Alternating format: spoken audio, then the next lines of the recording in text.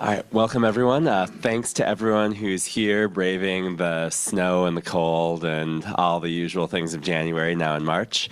And thanks to everyone who's showing up online as well. I know some people are showing up from far away at conferences, so it's good to have you here.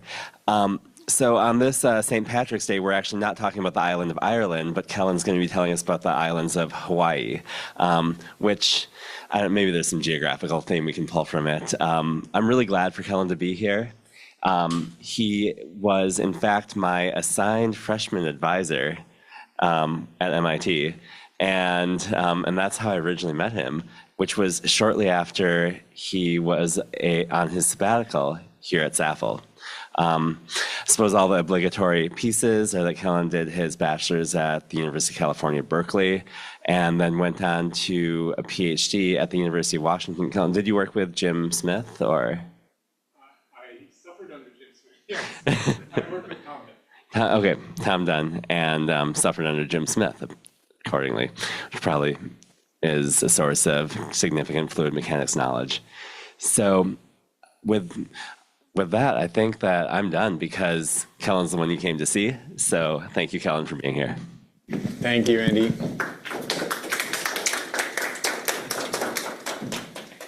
Afternoon, everybody. It's a pleasure to be here. Thank you for the invitation. I have a great time interacting with so many people, seeing some old faces here, and meeting a lot of students and postdocs. So it's fun learning about all your research.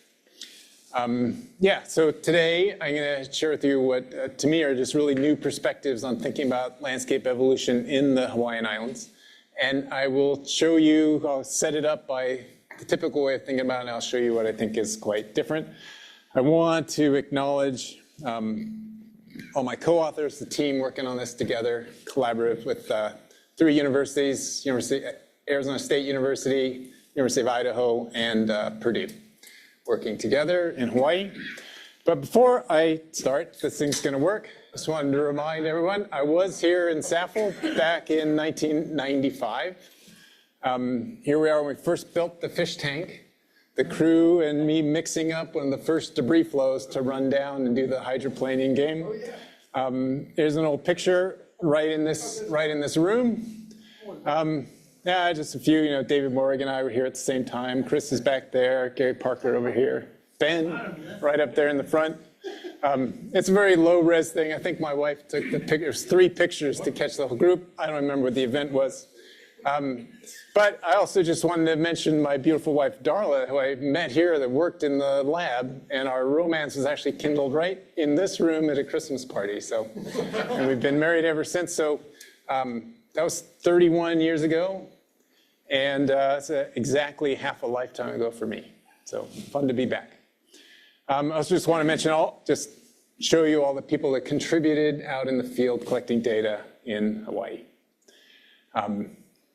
Okay, so most of my research has evolved away from experimental work into long time and large spatial scales, trying to understand the building of the Nepal Himalaya as an example. So the interactions between plate tectonic forces, internal deformation of the Earth, building mountains and changing the weather, changing the climate, increasing runoff and affecting the erosion, and how those all interact with one another, okay? But in all of that work, it's kind of led to really understand that evolution. A lot of it comes down to understanding nonlinear relationships between erosion and topography, and a lot of that we think comes down to thresholds in the system, okay? And so what that has led us to do is a ton of work, and it's just one example of comparing something called the channel steepness index. I'll explain what that is or how we measure it somewhere in the midpoint of this talk. It's just channel slope corrected for drainage area, basically. And this is erosion rate on this axis down here. And so collecting cosmogenic data to try, it's kind of a mess, right? But before we had this data, so in the first data sets that really captured this relationship, before that we just had guesses, or we had 1 or 2 data points. So some people think that's data you could drive a truck through, and someone like me is like, oh my God, we can finally see there's a relationship. But anyway, so these relationships look quite nonlinear. And What I think that is, and we've argued in numerous papers from different ways going back even a couple of decades now, that it's really about incision thresholds interacting with runoff variability. But the frustration in all this work is that we can't be sure, because this nonlinearity in this relationship here can be ascribed to just the mechanics of the ascension process that we don't know super well. It could be because the channels narrow as you do more uplift. It could be changes in the sediment cover, more contributions of debris flows as you get steeper.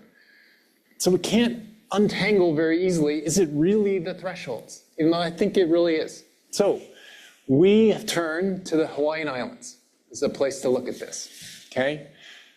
So this is the bathymetry of the Hawaiian Island chain, and where it's a topography above sea level, I've colored it by mean annual rainfall, okay? And we'll talk about all that in more detail, but why the Hawaiian Islands?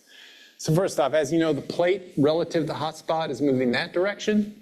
So the big island, 0 to 500,000 years old.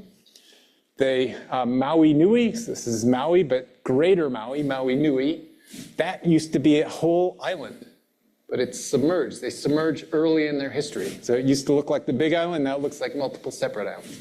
And then Oahu and Kauai, finally, 4 to 5 million years old. Okay, so what this sets up is an incredible natural laboratory. You know the initial landform, shield volcano, and there's enough remnants left over, we can reconstruct the initial condition. We almost never know that in much of landscape evolution. We know the landscape age because we know the age of the islands when shield building ended. There's no tectonic activity. I usually work on purpose in areas with tectonic activity, but it's better in some ways to simplify, take that out of the problem. There is subsidence history, but we know it, okay? So we have a stable or rising base level. Caveat in a second. Climate gradients. You have between these areas of intense rainfall that are pushing 7, 8 meters of rainfall a year, way and beyond even tropical rainforest, to semi-arid, 0.5 meter, 20 centimeters a year sort of numbers. So you have 80% of the full dynamic range of rainfall on Earth on the Hawaiian Islands in a short drive, right? Kauai, half a day you can drive from one zone to the other. And generally uniform rock properties. And the rock is heterogeneity in the basalts, and that's important, but it's sort of a uniform heterogeneity, okay? So, and the caveat is there are places where we've had big landslides, where big chunks of the islands have gone collapsing off to the side, and that creates a big base level fall. And there's some in Kauai, some off of Kohala over here. So that's a trigger that can drive incision as well. So what I'm going to do is I'm going to show you data from a range of islands to take advantage of this time evolution. So Kohala, West Maui, Molokai, and Kauai are all places that we have collected data, and I'm going to talk about at some level, with the most concentration on data in Kauai and West Maui, where we've done our fieldwork. Okay, so zooming in on the 3 that we've got most of the data from, Kauai at 4 million years. On each one of these, the catchments that are outlined, whether in white or black, don't worry about that, are all catchments that we have looked at the data on DEMs, kind of analyzed the topographic data. And a lot of the ones that are color-coded in white, we've visited in the field, collecting some detailed field data. The black dots are all where we have stream gauges, and they're, of course, colored by mean annual rainfall, like in the last plot. So Kauai, 4 million years of age. Then we have Molokai, 1.5 million years age, and West Maui, 1.3 million years age. Okay, and we give you a little bit of data from Kohala that's even younger. Okay, so let's look at Kauai. All right, I'm going to start by setting myself up by showing you kind of a standard way that everyone has looked at this and what it seems to tell you. And I'm going to tell you that it's wrong. It doesn't tell us that, despite the very well-known papers that go through that. So here's Kauai. You can see the hill shade in the background, so you can tell where some really deep canyons and so on, and the rainfall. Now, to help move forward, I add contours for the rainfall map, and I'm going to change that rainfall map to a local relief. So here's the local relief. That's just the elevation range over a couple kilometers between the ridge tops and the valley bottoms. So generally the depth of incision. And if you look at that, and I could go back and forth, it's not exact, but there's a reasonably good correspondence between where there's deep incision, there's high rainfall, right? Okay, so let's look at that relationship. And this is just along one coast, along this coast of Hawaii, the Nepali coast. If we look at that relationship, and the standard approach, people have done this a number of times in different ways. We know the initial condition, we know the age, so we can measure the amount of erosion that's happened. So the average incision rate, and this has got to be true, like by definition, the average incision rate will be the erosion relief we can see divided by landscape age, right? Distance over time. It's got to be the true average. And if I plot that up against mean annual rainfall, I've also got things color-coded by the height of the sea cliff. So let me take 1 second to go back and explain that. We had this big landslide off of this side, and we've had wave attack, cliff retreat on this side, that create a base level fall at the margin that can drive greater incision, okay? So I just color code, the size of the dots is with the amount of incision. So you can see this positive relationship. It seems to, look, climate is driving incision like we'd expect. Wetter places eroding faster. We can calibrate a landscape evolution model and move forward, right? And so people have done that a lot. Turns out, it's not telling you what you think it's telling you, according to me. So let's step back and say, okay, let's add some data from the other islands, Kohala, West Maui, and Molokai. And there's your Kauai data, still looking nice. The rates of incision on Kauai are lower. So other ones get to be much higher, and it's just a complete scatter shot. But now you start to see why I did this size of dots by the size of sea cliffs, because on Molokai, the rates in general are kind of the same as Kauai, except where there's a big sea cliff and they're much higher. And in fact, I've actually trimmed this. That's not the full scale. Let me zoom it out too. On Kohala, I'm getting way, oh, maybe that's the same sort of thing, but it's looking nonlinear now. But these ones are just complete mess, so what's the story? What's going on? Okay? And so I'm going to paint a picture for you that what's happening is thresholds are actually controlling what's happening, and will lead us to an ability to go a little further. So the fundamental problem with this, or where this falls to the ground, is that if you look at multiple, everyone else that seems to have worked there has worked on one island or another, usually Kohala or Kauai. And if you look around the islands, you will find the deepest incision on Kauai is about 1 kilometer. The deepest incision on Molokai, 3 million years younger, is about 1 kilometer. The deepest incision on Kohala, which is only 500,000 years old, is 1 kilometer. And if you look at just what we call the deeply incised canyon, so more than 100 meters incised, there's a spread on every island, but there's no trend with age. It's not progressively going. So you're not getting anything really useful by dividing the total incision by time. It's an average, but I don't think it's a meaningful average.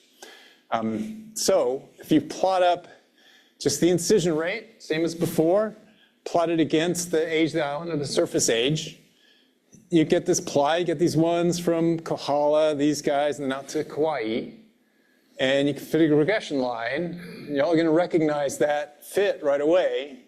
That's 1 over x.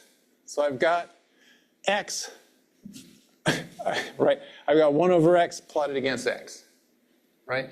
Because the depth of incision is not changing with age. So this average incision rate just getting slower and slower with age, it's telling us, is hinting that the incision happened early. Right? By the time you've got to 1.3 million years, you've kind of done the incision you're going to do. And now you're just getting older and older. Okay? It's only some parts of the Big Island where this happened, where it's really wet and there was a big sea cliff.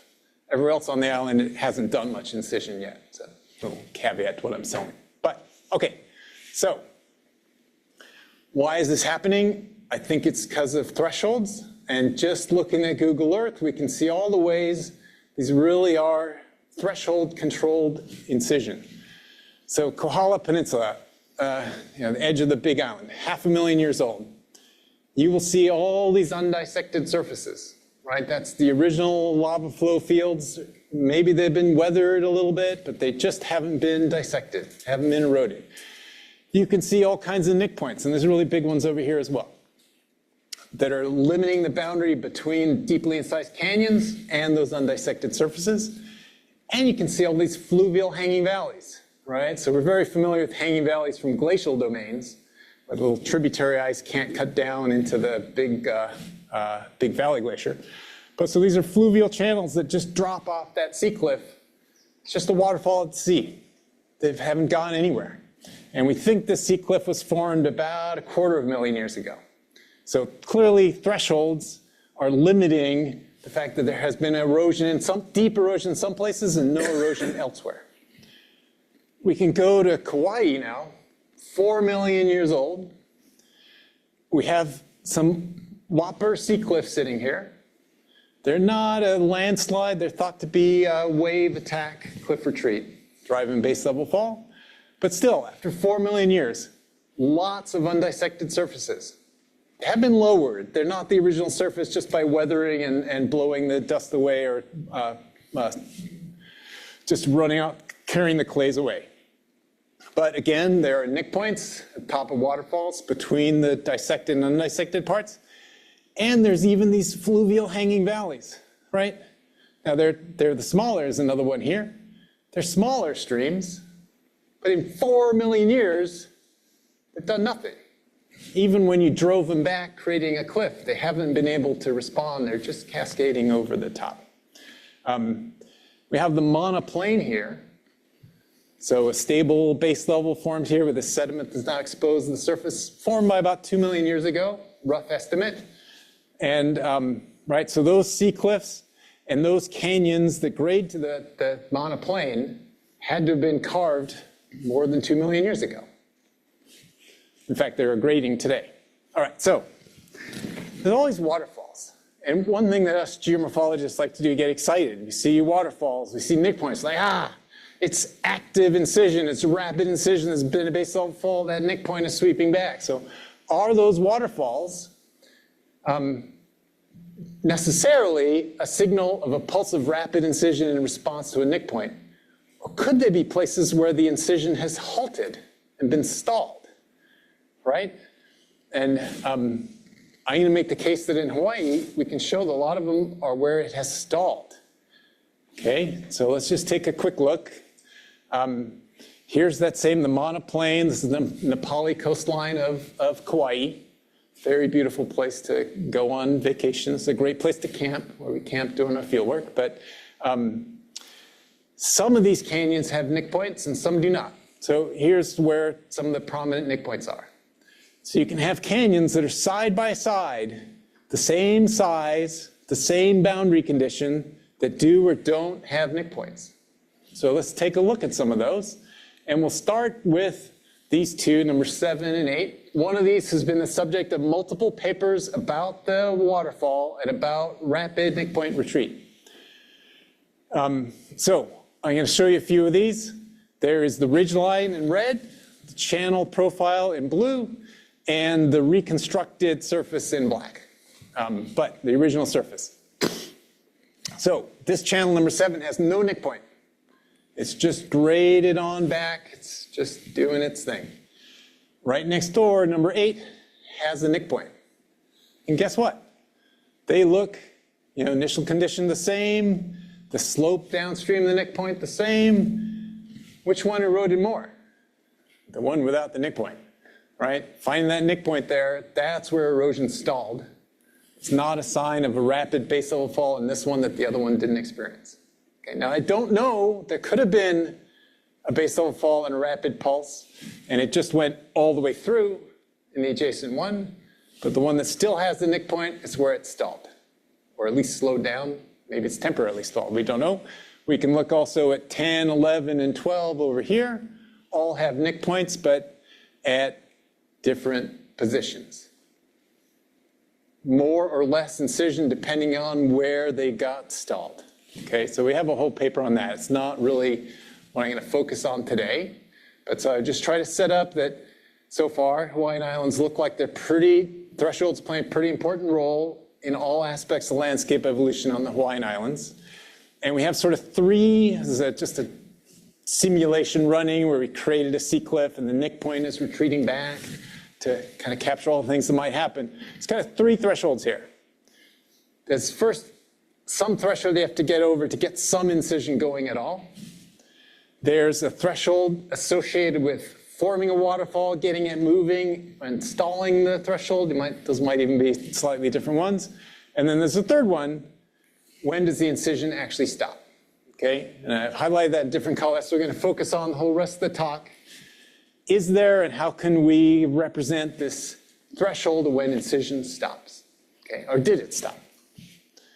So if we go back to this first thing, we go to Kauai, we get across the beautiful climate gradient there, and we see deeper incision in the wetter areas. How is that not a signature of more rapid incision where there's climate, right? Where there's a wetter climate, right? Which is how it's been interpreted before. So what could it mean if it's not that? And I think it's this. The channels are cutting down until, this is a hypothesis, channels are cutting down until they hit a threshold that they can't incise anymore. They don't have the power to continue incise, so they stall.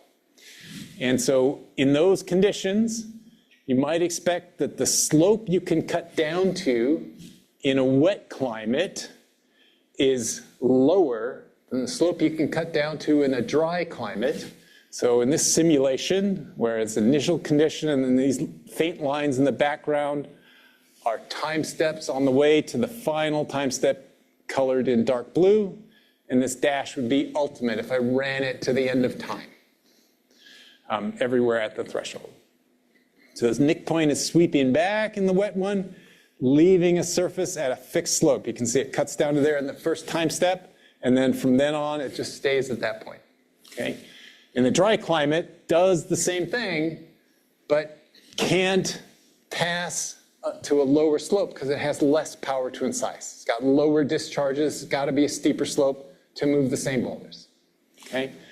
That's the idea that what's happening in that data that shows you more incision is that the incision amount, the potential incision, is higher in a wet climate than a dry climate. But if there was a rate control, it's not preserved in the landscape. That the incision was done early and it's just been parked since the early days. Okay, so that's the hypothesis of what would explain the data. So the question is, are those streams in Hawaii really threshold limited streams? Okay, so here's just a picture of these Hawaiian chailan. This one is on Kauai. A couple of our field crew here, and Iran here is an intern working with us. He's controlling the drone that we use to collect a lot of our data and take in this picture. So lots of big boulders in the channels. It turns out the thick, resistant, massive parts of flows, those are the ones that generate the big boulders, and they're set, the size of the boulders is set by the thickness of those massive parts of those lava flows. Anyway, there are lots of boulders. I should just mention some of the adventure. People are always like, oh, wow, you got to work in Hawaii and you sat on the beach with your Mai Tai or whatever. But a lot of the time, we were trying to get through this to get to that channel. This is the how bush. How the bleep do you get through it? That's the question. Turns out it's an invasive species, but it was brought by the Polynesians because it's a great thing that grows super fast that you can use to make all sorts of useful stuff. I'll just leave it at that, but it's taken over all. It was really, you have to surf your way through this stuff. Okay, so 3 hypotheses that we can test about what's controlling those channels. The first hypothesis is that the incision was done early and has slowed down, maybe even stopped, okay? There's geologic evidence that hints at that, and we've got more data to show that. Then that canyon incision could be slowed down because the streams just have to carry the sediment flux. There's enough coming off the eroding hillsides that that's what's limiting your slope on the way out. Or it could be really the mobility of those boulders, okay? And yeah, So those are the hypotheses we're going to test, and I'm going to frame everything around those. Okay, so Sklar and Dietrich, 2006, just helped us put a frame on this that we can talk about. The slope of a river depends on sort of first, you got to be steep enough to exceed a threshold to get the sediment moving. If you didn't do that, you can't do anything else. Then it's got to be a little steeper than that, because you got to carry the flux of sediment. And then it's got to be even steeper than that to actually incise the bed. Okay, so I use that to frame out hypothesis one. We're going to argue that this must be near zero in Hawaii. Second hypothesis, that they're limited not by the threshold, but actually by the sediment flux. Third hypothesis is that it's actually the boulder transport that's limiting the incision of the channels. So we're going to start looking at hypothesis one, that idea that they're no longer incising, so there's no slope required to incise. So this is really best done, or really only done on Kauai, where there's enough, where there's the geologic opportunity. So there are rejuvenated lava flows of the Kohala series that are much younger. They range from 0 age to about 2 million, right? And you can see just on the old geologic maps, there are lava flows that came down these canyons. Little pieces of the pink on here is lava flows that ran through this canyon, Clearly, the incision happened before the lava flow happened. Now, those could be super young, and so it doesn't mean anything. But if they have substantial antiquity, then the incision was all done. There's only one of these actually had a date. It was 2.6 million years old, suggesting that all the incision was done in the first 1.4 million years, and then nothing, because that lava's right at river level. Okay, so we went out, collected a bunch of samples. Here's a drone image of this is all young. That hill right there is all a young lava flow inset into that canyon and extends below, well, to or below the modern level. We can't find the base of that flow. And so we've dated these guys. And we get in Waimea, these ones are 1 million years old, so no incision since 1 million years. These ones are probably correlative to that. They could even be older. There are a sequence of breccias that are underneath those lava flows that geologists correlate to units that are underneath these 2 million-year-old flows over there. But, you know, one breccia could look just like another. And we wanted to get in here and date these, but the Robinson family that owns the area takes a dim view of anyone stepping foot on their property. So there's no sampling of these, no flying your drone in, take a look, nothing. On the other side of the island, again, this one, we dated at both ends, both 2 million years old. Okay, so for sure, there's been no incision on Kauai in the last 1 million to 2 million years. It's already done. It happened nice and early. So we're going to take that as pretty good support the idea the incision was done early, and that helps explain all that mismatch between what you see in Kauai versus the other islands. And that probably by about 1 million years' time, it's enough to cut all the way down. So next, sediment flux. How are we going to look at that? So the idea here is the slope depends on sediment flux, therefore slope depends on the erosion rate in the catchment. So we're going to go out and do some cosmogenic isotope, cosmogenic concentrations on fluvial sediment to get at the erosion rates. So for this is why we're collaborating with Daryl Granger from University of Purdue. He's been an innovator and pioneer in cosmogenic dating since it became a big thing in geomorphology, actually. It's my postdoc, Emma Lotus here, who was leading the whole project. In some ways, she should be the one here talking to you guys about this work. But so the problem is the basalt. The best tried and true method to do these catchment places is beryllium-10 on quartz. It's just no quartz in Kauai. So you got to turn to other methods, and we're using chlorine-36 for which you can do whole rock. I understand Jessica's doing that here in her project. But for detrital work, you really have to use the magnetite minerals. So I can't begin to tell you how hard it was to collect this data. Because first off, you got to hunt to find a place where there's nice, fine sand, even to just like silt along the bed of the river. And then you got to sit there with a magnetic wand and process, because you need like a liter of magnetite or stuff that you think is magnetite.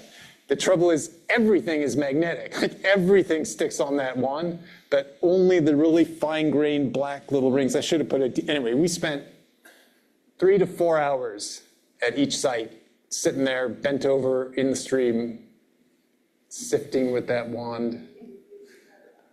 I'm going to rip on her. My youngest daughter came with me. She was like, I'm going to come and I'm going to be like the field assistant that takes care of the camp because I want to be in Hawaii. And I was like, you know, it's going to be, you're not going to like it. It's going to be boring. But she came with us and went on one day of this. She's like, I'm out of here, Dad. Her sister saved her and met her in Waikiki to have a little vacation. But okay, so we did this. I will tell you right off, the data is complex and we're still working on it. But so this is a little different view, but this is that long-term erosion rate data versus age. And these in black are the chlorine-36 magnetite rates. So they're in the right ballpark. They're in kind of the same order as the long-term, but generally on the low side, right? So if incision halted, we definitely expect those erosion rates to be decaying with time. Erosion is not going to end when channel incision ends, because you got steep canyon walls that are going to slowly erode until they really keep widening out, right? So just be declining with time. So we kind of expected them to be under 100. Many are not. Okay, so here's what the data looks like. I'll just emphasize these are preliminary. Could possibly change a lot by the time they're published. Like I said, we're working on this. So average erosion rate against mean annual rainfall. I'm just going to plot the data against all sorts of different variables you might look. So there's a lot of complication on here. These are 1 sigma error bars. This is commonly used in cosmogenics. So kind of a surprise. We got 4 out of 15 came up with pretty high erosion rates, so very low concentrations. But they're so low that they're kind of beyond the chlorine-36 methods. The production rates are fairly low. So we really don't know what those erosion rates are, right? Within 2 sigma uncertainty, this could be 0 to way too high. This could be 0 to way too high. These are both telling you, okay, all right, they're, well, within 2 sigma, they're the same as the low ones too. We don't really know. But if you just take the data at face value, if you did, this is not an actual regression, but if you do an error-weighted regression, these ones are going to be virtually ignored, and it's going to look something very close to that, okay? I just did it by hand for this plot. So higher erosion rates with rainfall, it kind of makes sense. Could be real. All right, so let's plot against the sidewall slopes, sidewall gradient of the canyons. Again, you see a positive relationship. And again, I'm approximating an error-weighted mean. In fact, that might come out a little lower. These ones are going to be ignored nearly completely. I really don't know what to do with those ones. Honestly, I just don't know what to make of them. We have one of these samples, and I should have made a note which one it is, but one of these samples is when we got the first year, and we got the highest, like way off the screen, because it was basically 0 concentration. We read it the next year, and we got a number like all the rest of these. We don't know why that happened. We're still working through not me. I'm not the lab and chemistry guy. Still working that to figure out what's happening. There's a little bit of a problem in our data that there actually is a cross-correlation, that the steeper rainfall, that these are cross-correlated. So we're not sure who's driving that relationship. But so what we can do is try to ask, let's look at that. This is the same plot, but I'm just plotting, I've dropped the error bars, and I've made the size of the circle the mean annual precipitation. And what you would expect that's kind of what that trend looks like, but what you would expect is that for the same slope, a wetter place would erode faster, right? So if rainfall and the sidewall slopes are playing the role we would expect them to do, we would expect this data to break out into different arrays with different classes of rain. Like the dry ones should be down here and the wet ones should be up there. We don't see anything like that. It's just a whole mismatch, right? Some of the really wet ones are really high, but some of the really wet ones are really low. It's not really behaving how it should in that regard. But our key question is our hypothesis 2, that the channel steepness would be related to the erosion rate. Okay? So here, erosion rate against channel steepness. If we do the same thing, we've actually done this to test what an error-weighted regression looks like. And it looks pretty much like this, showing you a positive relationship. Oh, maybe sediment flux is controlling the slope of those rivers, and we can't rule that out. Again, these ones are totally ignored because they're errors, and these ones are ignored enough that they don't really affect the regression. Okay? You know, if it's me, like forget your statistics and all that kind of stuff. It kind of looks like there's just no relationship here. That's what my eyeball tells me. But we can do a little better. We can recognize that, so this is all of our data points where use the same color coding on the other ones, and if you noticed it, but gray for Kauai, green for Molokai, blue for West Maui, and Kohala is in yellow.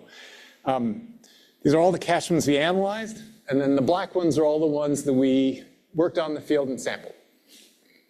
So overall, there's a pretty good cross-correlation between channel steepness and mean sidewall gradient, and sidewall gradient's got to affect the erosion rates, and we see that positive trend there. So is that all this positive trend means? Is this because it's cross-correlation?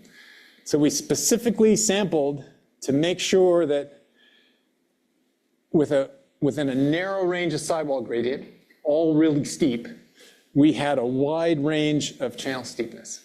And so that's that set of data points. The slope is all within 10% of 0.84, so really steep, getting in 40 degrees or something like that. If we look at just that set of points, it's those ones. So again, the really frustrating thing with this data is we have these wildcards that are really high.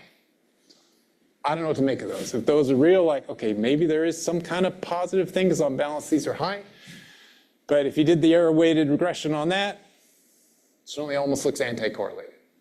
Anyway, so for now, preliminary, say, well, maybe we can semi-rule that out. It's not strongly supported that the sediment flux is strongly correlated with the thing. So I'm going to call that, put it in purple and call it semi-ruled out. Okay, so let's go then to the third one. Is there an incision threshold here that you can't move those big boulders? And in my experience working on all kinds of very steep channels in the mountains, I've rarely had to clamber boulders like you do in Hawaii. And a striking thing to me, and I didn't show you a whole lot of pictures, that there's not much gravel. There's boulders and small boulders and large cobbles. There's a little bit of gravel. But usually you're going to have a whole bunch of gravel as the dominant size moving through. Here it looks like the bed load might be, the active bed load might be cobbles and small boulders, and I think the bigger stuff is a boulder lag, but we can talk about that. All right, so I do have to introduce a concept to help explain some of the plots that are coming up in a second. I've talked about this channel steepness thing, which is the channel slope adjusted for its drainage area. A regular channel profile, elevation against distance, probably all familiar, always sort of concave up, so steeper in the headwaters, right? Sort of intuitive sense. That would be a case we call a low steepness. And there's this thing relatively new called a chi transformation, that all it's really did is a trick to linearize a profile, okay? And this is this kind of complex way that is really calculated, but it's analogous to just making it the natural log of distance. It's an easy conceptual way to think about what we're doing, and it just takes that profile and straightens it out. That's the way John Hack did it in like 1957, something like that. This is a more general version of the same thing. So if you get a river turns out to be actually straight on a plot of elevation versus this chi parameter, that's what we expect for a uniform channel steepness, and that's what we expect under steady state conditions where uplift and erosion are balanced and the uplift is uniform in space, and the erodibility of the rock and the climate are all uniform in space. It's like the only way to get a linear profile. Okay, so, and if we compare two, this would be a high steepness case and a low steepness case, because the slope of that line, by definition, that's the channel steepness. Okay, rather than the physical slope, it's the slope of this line. It's one of the ways, it's the best way to measure it. And we can do the same thing to incorporate rainfall by weighting, this is used as drainage area, but if we weight the drainage area by mean annual rainfall, it's a way to transform it into kind of a more of a discharge measure than drainage area. And so we can account for that, but same thing, channel steepness. Okay, so the world over, very well established. If we see something like that, we think, okay, it's steady state, right? So, well, let's go over these two hypotheses I talked about for how incision might end. If we had that sediment transport version, if I start from initial volcano slope and turn on erosion, this is a transport limited model here. So erosion is proceeding in this way across the rainbow of colors. And you can see these later lines are very close together. So the incision is still happening, but it's slowed down. So the river is limiting its rate of incision because it needs to keep carrying that sediment out of there. In the early stages, it's just cutting down like so fast because there's barely any sediment in the way. The channel steepness, this is a plot of channel steepness against distance, does the same thing. You erode down from high to low. And the signature of this, though, is that the channel steepness has a gradient on it.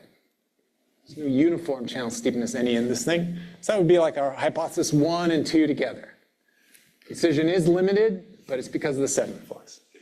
The alternative is a threshold limited channel. Same sort of model happening here. So hypothesis at 1 and 3, channel incision has stopped, but it's because you've hit a threshold. The channel steepness map starts off like this, where it just all keeps laying down to the same channel steepness. And you see, predict a uniform channel steepness in that case. Excuse me. Yeah. Yes. In these plots, is the sediment that you're talking about in terms of transport capacity coming strictly from erosion that you're showing, or is it being supplied from upstream? Yes, both. I'm just showing you the one slice of the mainstream, but this is a full landscape model. So the whole drainage area is providing sediment. Yeah. But it's linked to the erosion that you're showing. Yes, it's driven by the channel incision entirely. There's no separate sediment flux pouring in or anything like that. Yeah. So I've kind of given it away before I got to me. My own personal experience going through this was my graduate student. We were going to work just on the nick points, the waterfalls, and he's published on that part. But he did these plots and put them in this chi-plot thing. And he showed me something like this. I was completely floored, right? Because what do you see?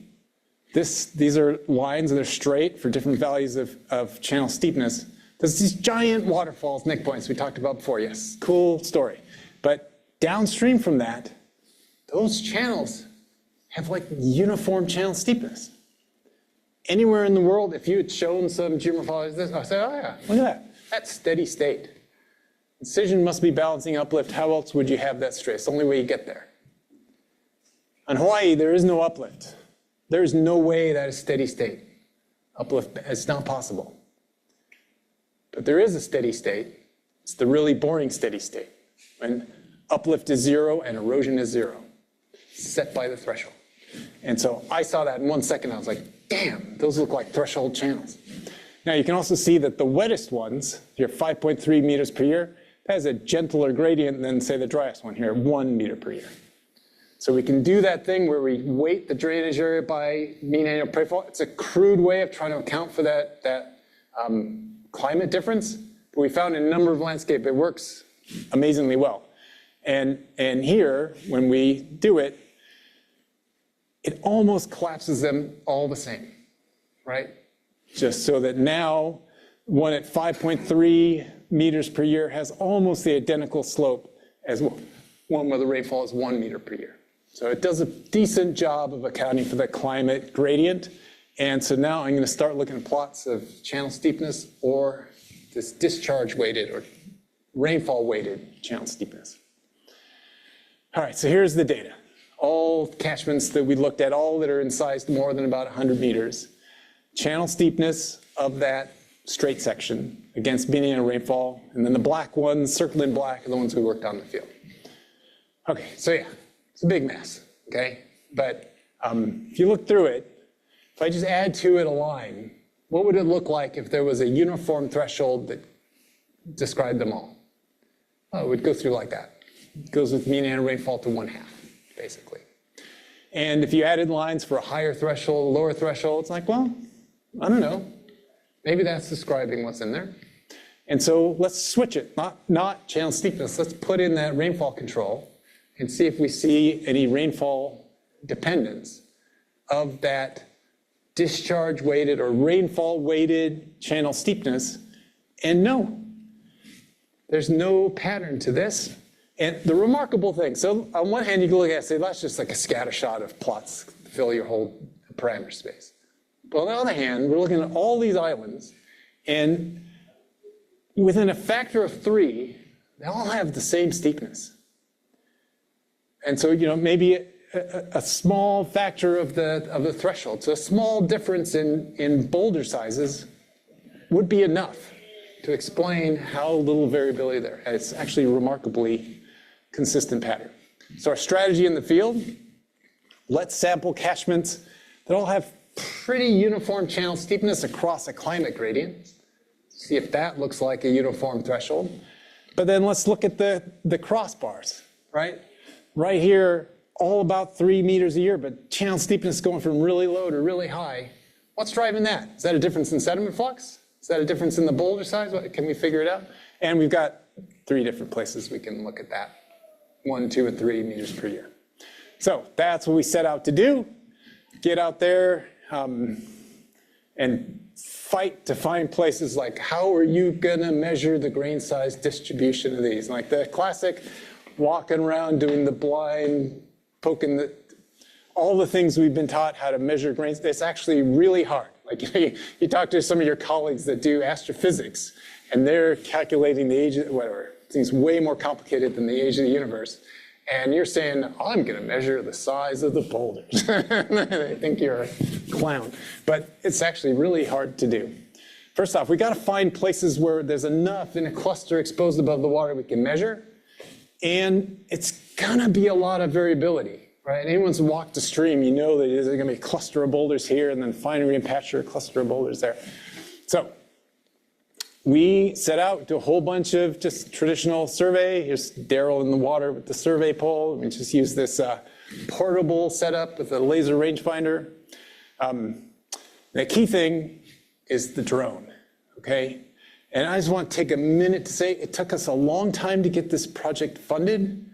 And one of the reasons was reviewers were like, you're crazy to propose that, yes, you're going to do the traditional point counting in the field, but you're saying you're going to do better flying a drone or using a camera on a pole and doing this image analysis stuff. And they're like, you're clowns, get out of here. But we would have never been able to do this without it, and it's beautiful.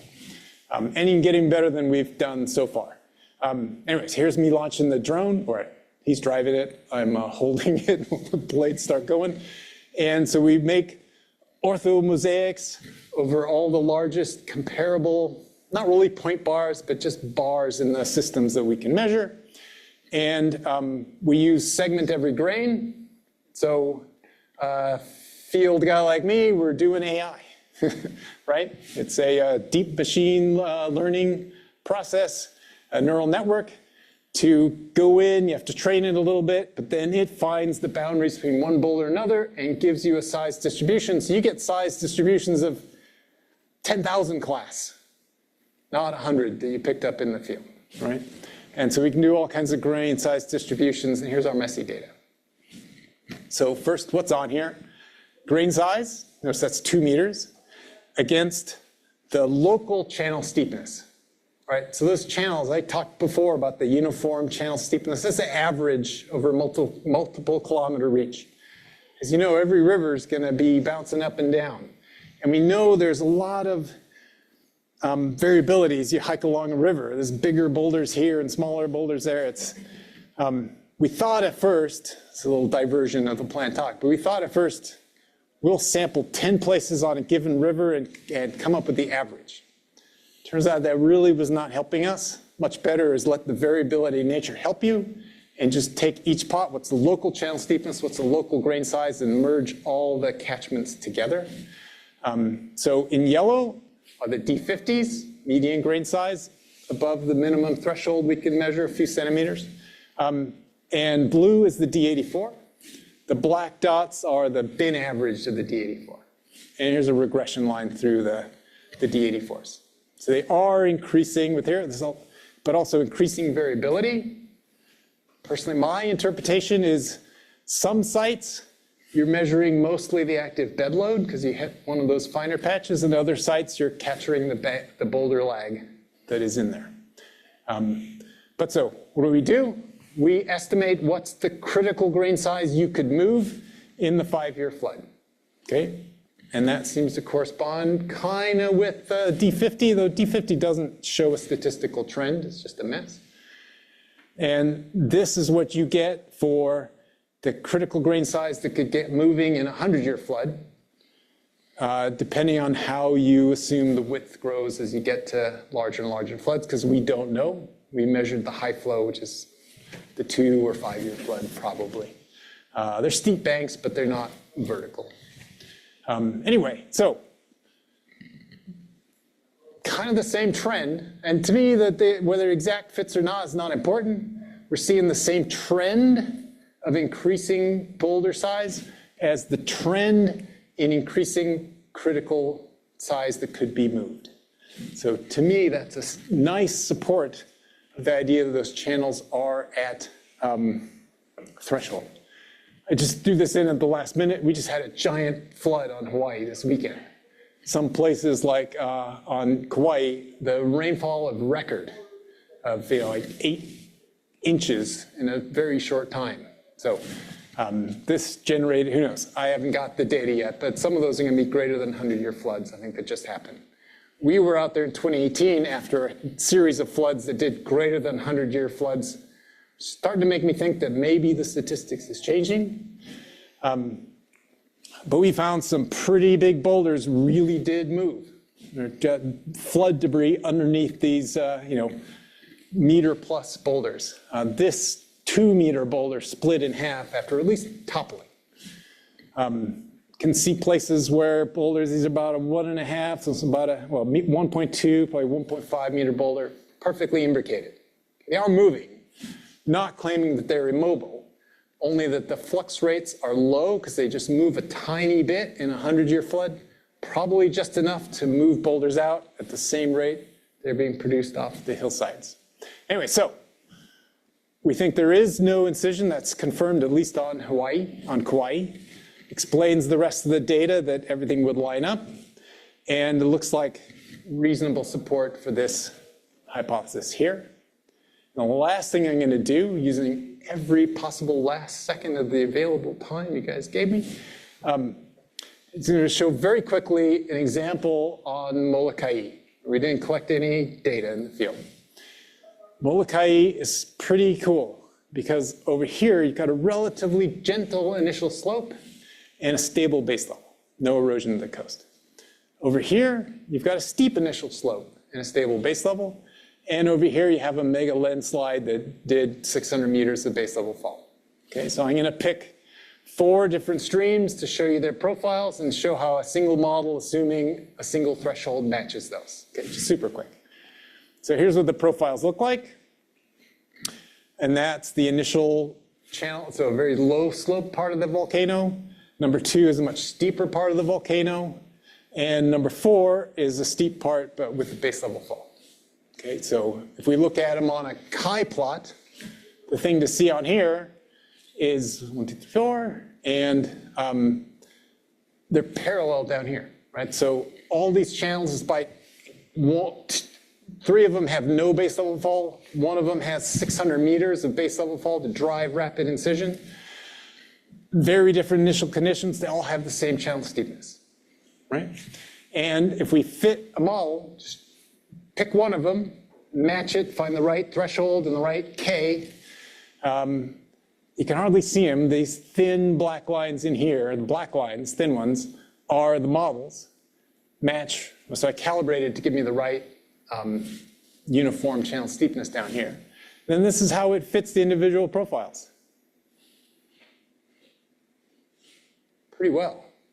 I'll tell you, this one, obviously, the actual case has a little bit of a lower threshold. That would be one of those lower channel steepnesses on that one.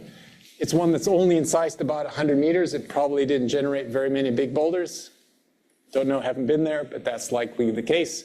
And so here, as they hit the 4 o'clock hour, are our interpretations at this point. Now you can barrage me with questions.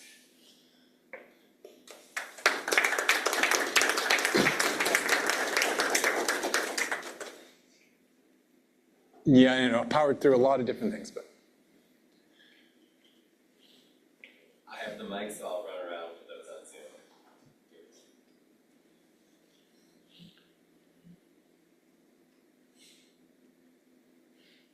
Yeah, Chris.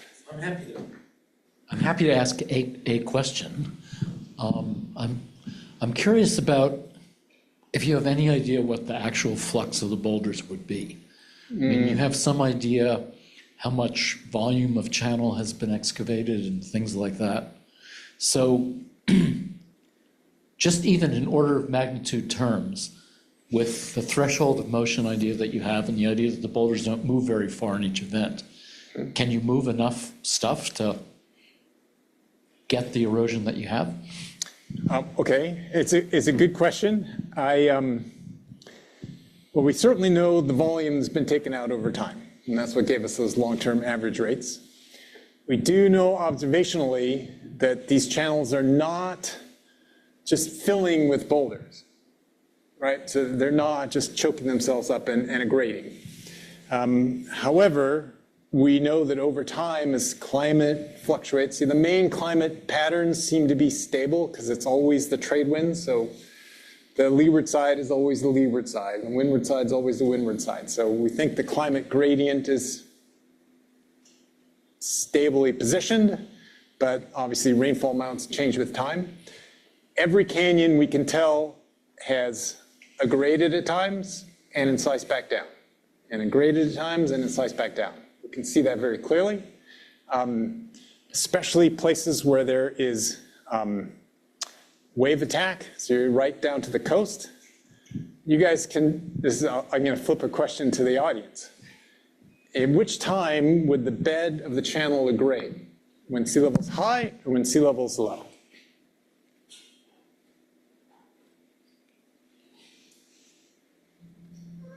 Depends on the offshore slope. It does depend on the offshore slope. That's true. Yeah. So the offshore, do you think the offshore slope is steep or gentle, likely in Hawaii? Well, it's pretty gentle because you're always building coral reefs and sediment getting traps. There's always a platform out there. So sea level low stands is when the channels degrade because they can prograde out onto that flat and they grade behind. Sea level comes up, it attacks and it strips off the end of the fan, then you got a little nick point and it rips that stuff back out.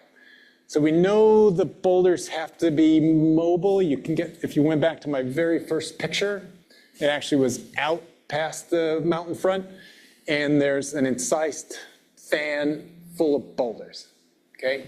So we know they can move. We've seen them imbricated and so on, so they're not like it's a dead-on, nothing's happening situation. Plus, we're only talking about the D84 hitting the limit. I would say we can see in the field boulders up to 1.5 meters max have moved in the cases where there are recent really big floods. Up to 1.5 meters have moved somewhat.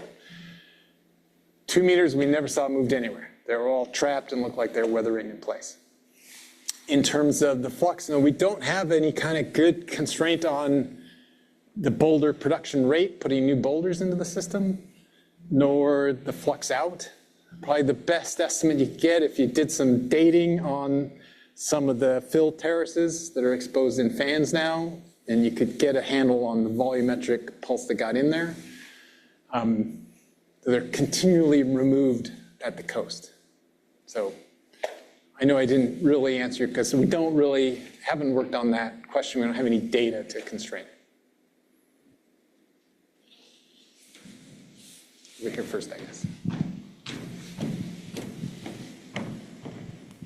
Thank you. Great talk. That was really interesting. I was curious, you said that in a lot of the streams that you were sampling boulders on, that most of what you were finding was large cobble sized or bigger. You weren't finding a lot of gravel or anything like that. Do you think that's related to that D50, D85 split you were seeing where there was the smaller stuff could really move pretty easily and the boulders just weren't? Or do you think it's more of a closeness to the source kind of a thing? You're close to where the boulders are being produced, or both? Yeah, well, it could well be some of both. But even close to the source, it's usually mostly gravels still the dominant that comes out, and the sands you wash away in just a small portion of boulders. So I was very struck from the start that they are mostly boulder clad with a real dearth of gravels. There's some in there. Now in our grain size distributions, at least from the orthomosaics, we can't detect stuff, we can't resolve stuff with the system more or less than a couple of centimeters diameter. So yeah, we missed the sand, all that kind of stuff. But we did do point counts in the field as well, and they correspond pretty well. I think it's that the potential to move, the transport capacity is higher than the flux. So mostly that finer stuff is out. You can get out past the mountain range. There's always a decrease in channel steepness towards the coast, and it's much finer grain stuff that's out there. If I pop back, that's the trouble with these animations. It's hard to pop back to something. Where's my picture? Here. There are a couple data points here that were super disappointing to me because we stopped in part of it. We had a steep system coming down, and there was a road or some perturbation that the farmer had put in, and we hit a section that was much less steep and was dropping only, so there were none of the bigger boulders. It was max sizes were 1/2 meter boulders in it. And I was like, okay, this is trapping out what's the active bed load, and we left all that coarse grain stuff that's barely moving behind. So this will be a lower steepness, and we're clearly going to get a lower grain size here. So those were those. I was expecting those two to plot over here and help stretch our constraints on this. We do have another couple catchments that are less steep altogether. We just don't have that data yet. Don't know how it's going to look. And I haven't checked myself that when we did the field surveys, we always surveyed a relatively long distance to beat out the ups and downs. I just need to confirm with my postdoc that the slope used right here was just the slope of that gentle patch where we measured that stuff. But so, is that me getting too close to you? Probably. Maybe. Anyhow, that's why I just suspect that those ones are catching the bed load that's moving through that looks more like the D50, which is still, small boulder size, right? Bigger than 256 millimeters. Cool, thank you. See those two experiment. Oh, all right, then after that, Jeff. Okay. Yeah, Chris. Nice. So the channels initially, there's a nick point that is moving upstream like a regular nick point, right? And then it stops, and that incision stops. It's just, and initially, and it makes sense. It stops because it no longer has the power to.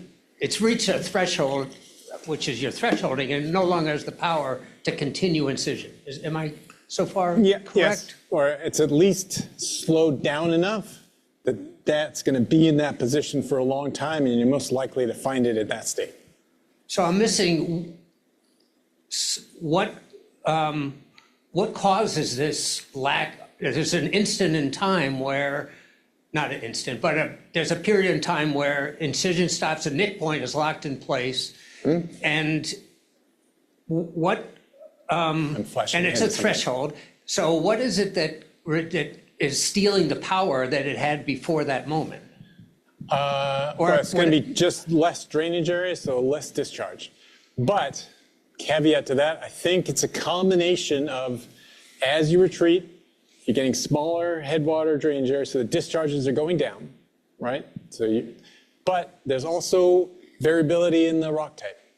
So I'm just going to show you a little simulation. If you put a little hard piece in here and turn on and erode, there's going to be two lines that form, one that feels that hard piece and one that doesn't. So if you don't, you blow right through, and if you do feel it, a nick point hangs up and moves slowly through that. And once it gets past it, it goes blowing back. So if you are, there should be no abrupt minute where all of a sudden the drainage area is too small. But if you hit a blob like that, if I can get it to go again. When you're near that threshold, you can go from there to there and be at the threshold and stop moving forever. So I think it's a common. I mean, non-uniformity of the substrate makes, that's a little quicker for me to understand that it got to the hard stuff and couldn't go any further. But it's more than that. I mean. So they're both working together. Right. So the presence of those sort of thing helps set up the case that you can have an absolute stop that's abrupt. That wasn't, because you wouldn't expect it to be that abrupt unless you just passed a fork in the drainage network, right? Which we do see that too. You get just past the tributary and the stall. So I think both play together. Hey, Kelin. I've never seen a chi transformation, so I can learn more about that. If it's a local calculation, it looked like it was. It wasn't just the full long profile of the channel. But well, the calculation is it's an integration always starting from the outlet, and you integrate the drainage area, integrate the inverse of the drainage area up to a certain point. It's more or less what it is. So it's the drainage area to the concavity exponent, so like drainage area to the 0.5, or drainage area to negative 0.5, and integrate that parameter up until the place you stop. That's the local chi value. Integrate a little further, that's the local chi. So chi goes from 0 to a maximum value at the top of the stream. Right. But it seems to incorporate the nick point as well, it looked like in some of your plots, so it wasn't. Well, it's only based on drainage area and distance along the channel. It doesn't at all matter what the topography is, elevation drop, it's independent of that. So that's one of its strengths, and also in some applications, one of its weaknesses, or its limitations. My second question was, you introduced at some point something about valley wall steepness or the bank steepness, and I lost the thread there. What you were bringing in about the valley slope, and that is that a comment on the contribution of sediment or the development of the valley itself? Yeah, well, I was mostly saying, even if the channel incision stops, like we saw those inset lava flows, like nothing has happened for 1 million years, valley no longer incising doesn't mean that erosion stops, because you still have steep sidewalls. They're going to keep eroding, and if the valley's not going down, so if the valley keeps incising, you can just keep cutting down and keep those very steep walls. Once you stop, it's going to start relaxing and spreading out, and the erosion rates should get lower and lower as the valley walls relax. And so we definitely see that, on Kohala, where all the incisions last 500,000 years, the valley walls are very, very steep. And you get to the Nepali coastline, where especially the drainages that go onto the monoplane, it looks like, since the monoplane is thought to have been there for 2 million years, the incision was done and the seawall was created 2 million years ago. Those channels are actually backfilling with sediment. They're no longer incising, and their sides have become really relaxed. So the point is mostly there's a cross correlation that we can't fully extract, that we have higher channel steepnesses. At the same plate, we see I have higher valley walls, and in many cases, higher rainfall. So it's hard to tease out which is the erosion rate, and that's why I tried to isolate just a subset of them where the valley wall was the same.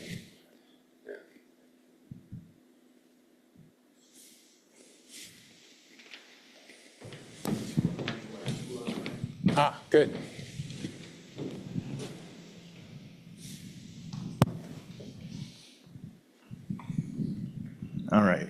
first online question is, the 4 million-year-old terrain looks like it had lots more big channels than the young terrain. Does the H3 hypothesis work well for both ages? Well, so the youngest one, Kohala, that one seems to be young enough that it is still progressing. Does not look, when you look at it in detail, that it's really hit the threshold channel state yet in many of the catchments. And the only ones that have cut that comparable deepness are in the wettest part that had a big base level fall, both of which can trigger more rapid incision. So a few of those do look like they've cut nearly all the way down, though there's some evidence that the nick points still might be pushing back a little bit. But one piece of evidence that those have cut about as far as they can go and did it fast. I'm forgetting the name. I think it's Polulu. Never mind. I forget the name. But one of the famous vacation spots on Kohala where you can get in there and walk up the canyon. The base level fall was about 250,000 years ago. The landslide happened. The nick point is sweeping back. And then there is a young lava flow that pours down off of the top, drapes over, and gets down and still parked at modern river level. And that one's 150,000 years. So in half the time, it had cut to the depth that it is today, and it hasn't cut any more since then. But those ones are young enough, they're probably still propagating back. But once you get to the 1.3 million on West Maui and Molokai, they really look like they're just as well at that threshold state as the 4 million year old on Kauai. So it's my best attempt to answer that. Hopefully that was satisfying out there in the hyperspace.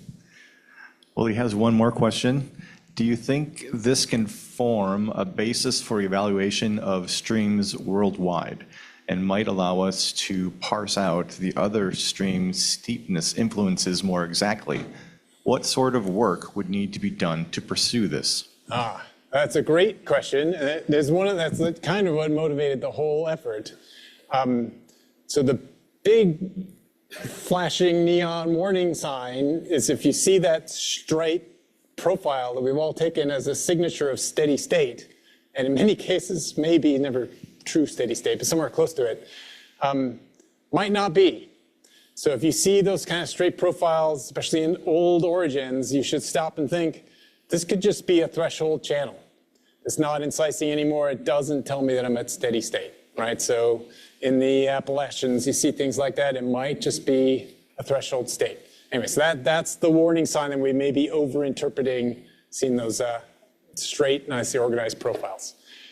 In terms of how it helps us to interpret things going on, my initial motivation, as I articulated, is it's been hard to get the traction that we would like to have, the stuff we've done with models and theory and data in active tectonic landscapes to say, hey, these thresholds are really affecting the relationships between climate and topography and erosion rate in ways that really manifest to all of our predictions and understanding of landscape evolution.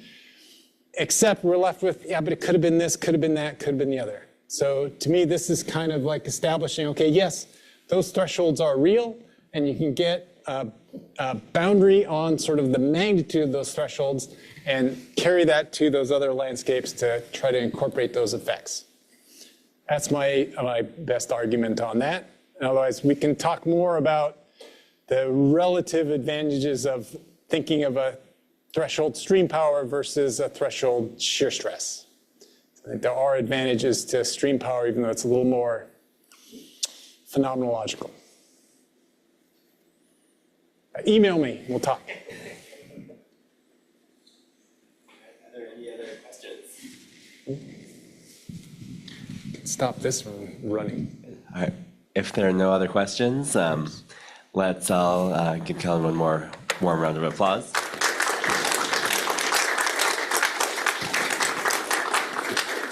My pleasure. And thank you for the questions.